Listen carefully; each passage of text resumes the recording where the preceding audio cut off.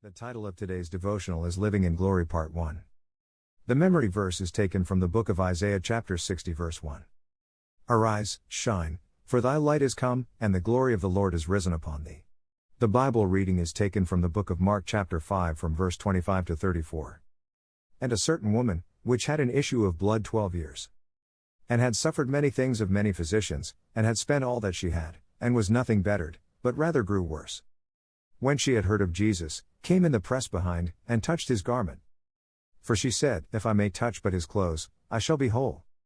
And straightway the fountain of her blood was dried up, and she felt in her body that she was healed of that plague. And Jesus, immediately knowing in himself that virtue had gone out of him, turned him about in the press, and said, Who touched my clothes? And his disciples said unto him, Thou seest the multitude thronging thee, and sayest thou, Who touched me? And he looked round about to see her that had done this thing. But the woman, fearing and trembling, knowing what was done in her, came and fell down before him, and told him all the truth. And he said unto her, Daughter, thy faith hath made thee whole, go in peace, and be whole of thy plague. The message.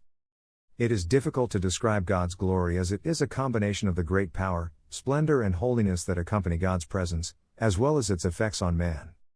Glory is one of the major attributes of God. It is a manifestation of his presence. Since man was created in the image of God, glory was originally part of his nature. However, when man embraced sin, the inherent glory of God departed. Romans chapter 3:23 therefore says, For all have sinned, and come short of the glory of God. Sin did not only tamper with man's glory, it wreaked more havoc by also producing shame. A glorious life is so wonderful that Genesis chapter 2:25 said of Adam and Eve, And they were both naked, the man and his wife, and were not ashamed. Though Adam and Eve were physically naked, they were covered with glory. That was why they did not know shame. It was absolutely impossible for them to experience shame. However, in Genesis chapter 3:7-10, after sin entered, fear gripped them. They suddenly discovered they were naked and had to hide due to shame. From the fall of man in the Garden of Eden to date, every human being who ever lived without being born again, wallowed in the realm of shame. According to Proverbs chapter 3:35, glory is the opposite of shame. Quite simply, glory is the atmosphere of heaven on earth. Glory is both the beauty and power of God. It was lost at Eden but was regained at Calvary. Jesus came to redeem mankind and give those who accept him the hope of glory. According to Romans chapter 5:2, today's memory verse tells us to arise and shine because, with the presence of God's glory, nothing can hinder the rising of a child of God.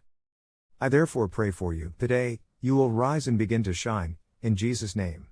There is nothing glorious about sickness, poverty, a sinful lifestyle, backsliding, bondage, and failure. Children of God must be determined to live above these problems, swimming daily in glory. Today, our Bible reading shows a classic example of a person who encountered Jesus Christ and was relocated from the realm of wallowing in shame to that of swimming in glory. Beloved, come to Jesus today and surrender all to him so you can also become a candidate for God's glory. Colossians chapter 1:27. Prayer point. Father, please let your glory fill me. Turn my shame to glory, in Jesus' name.